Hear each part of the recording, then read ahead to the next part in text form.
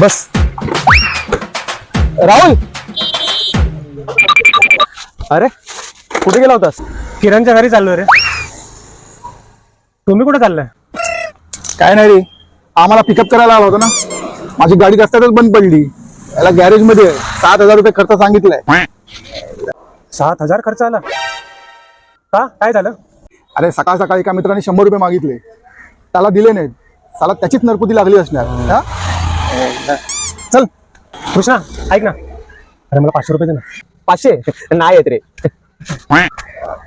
देऊन टाक. आहे 500 येते ना, दे ना, स्कॅनर दे.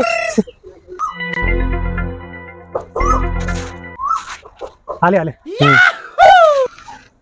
साला थँक्स पण नाही बोलला रे.